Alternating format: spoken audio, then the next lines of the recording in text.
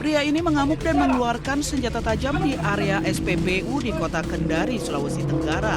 Ia menantang warga yang hendak mengisi BBM sehingga memicu kepanikan. Pria ini mengamuk usai ditegur karena diduga tidak mau mengantri saat hendak mengisi BBM. Sejumlah warga yang geram berusaha untuk melawan hingga situasi di SPBU sempat ricuh. Tidak lama berselang, pria itu kabur setelah warga ramai-ramai mengejarnya. Kondisi ini tentu saja mengakibatkan arus lalu lintas di depan SPBU sempat tersendat. Tim Satreskrim Polresta Kendari berhasil menangkap pelaku di kediamannya beberapa waktu setelah kejadian. Yang bersangkutan dari mau mengisi Pertamax, dia beralih ke Pertalite.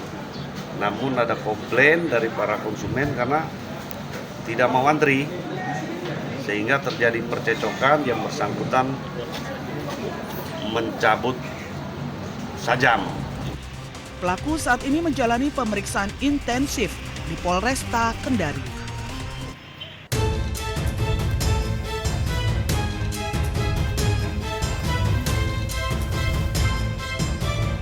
Warga Paris, Prancis memadati Kanal Saint Martin di tengah melonjaknya suhu hingga 37 derajat Celcius. Warga sempat memadati kanal, berenang di air dan duduk di sepanjang tepi kanal untuk menurunkan suhu tubuh. Kericuhan terjadi di berbagai toko di Prancis. Warga berebut membeli kipas angin dan pendingin ruangan di tengah serangan gelombang panas ekstrim. Lebih dari separuh wilayah Prancis berstatus siaga dengan suhu melampaui 40 derajat Celcius.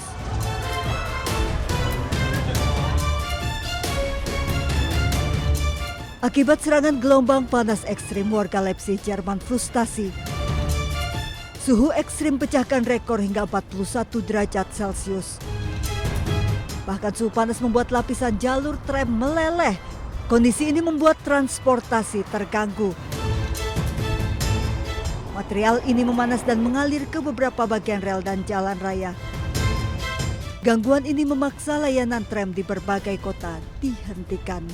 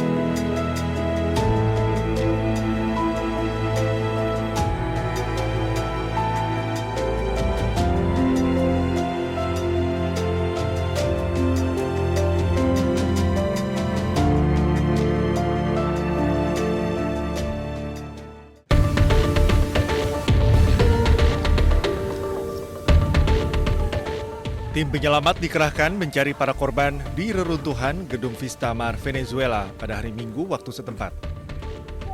Mereka melanjutkan upaya pencarian dan berteriak dengan harapan menerima respon dari kemungkinan korban selamat. Salah satunya adalah Flavio yang kehilangan istrinya.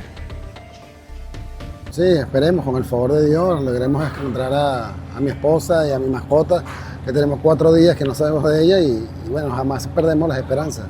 Bueno, en este momento un poco complicado, porque aunque hace media hora, 40 minutos se escuchó la respuesta de una señora, el acceso hacia la rampa, que sería el estacionamiento, está obstruido. Pero también comentan residentes, ¿verdad?, que conocen el edificio, que no solamente tiene un sótano, sino que tiene un segundo sótano. Entonces las posibilidades de que exista alguien en el segundo sótano es muy alta, porque somos una zona muy protegida ante estos derrumbes. pero también es complicado que nos escuchen desde acá arriba. Entonces se está manejando con la esperanza de que en el segundo sótano. Menurut data resmi, gempa bumi telah menyebabkan 1.450 orang tewas dan lebih dari 3.000 orang terluka. Platform Missing Earthquake Venezuela telah menerima laporan lebih dari 64.000 orang hilang setelah gempa bumi. Namun, 49.000 diantaranya belum ditemukan.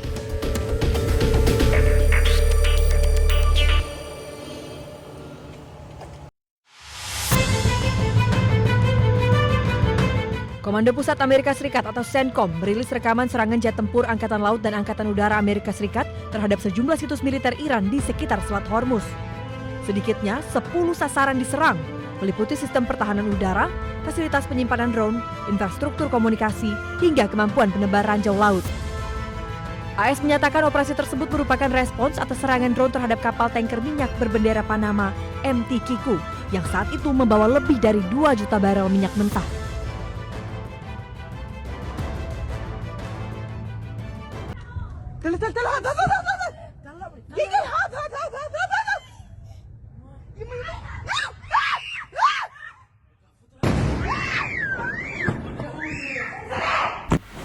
Di tengah meningkatnya eskalasi AS Iran, Ketua Komite Keamanan Nasional Parlemen Iran Ebrahim Azizi memperingatkan para pemimpin GCC bahwa mengizinkan pangkalan AS di negara mereka hanya akan mengancam keamanan. GCC merupakan Dewan Kerjasama Teluk beranggotakan Arab Saudi, Uni Emirat Arab, Kuwait, Qatar, Bahrain, dan Oman. Melalui akun resmi media sosialnya, Ebrahim Azizi mengatakan pangkalan militer AS di negara Teluk telah berubah menjadi sumber ancaman alih-alih memberikan keamanan. Ia juga menyebut kekuatan rudal dan drone Iran serta pengelolaan Selat Hormuz merupakan batasan mutlak yang tak boleh dilanggar.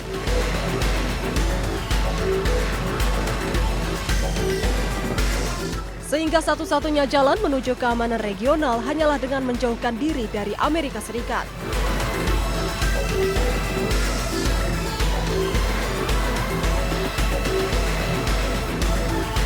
Sementara itu, penasihat pemimpin revolusi Islam dalam urusan internasional Ali Akbar Velayati juga ikut mengecam Amerika Serikat.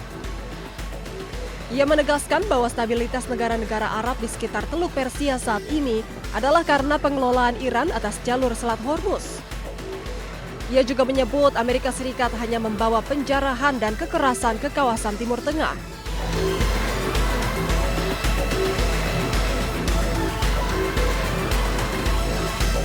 Setelah beberapa hari AS dan Iran menyepakati gencatan senjata, kedua pihak kini kembali saling serang.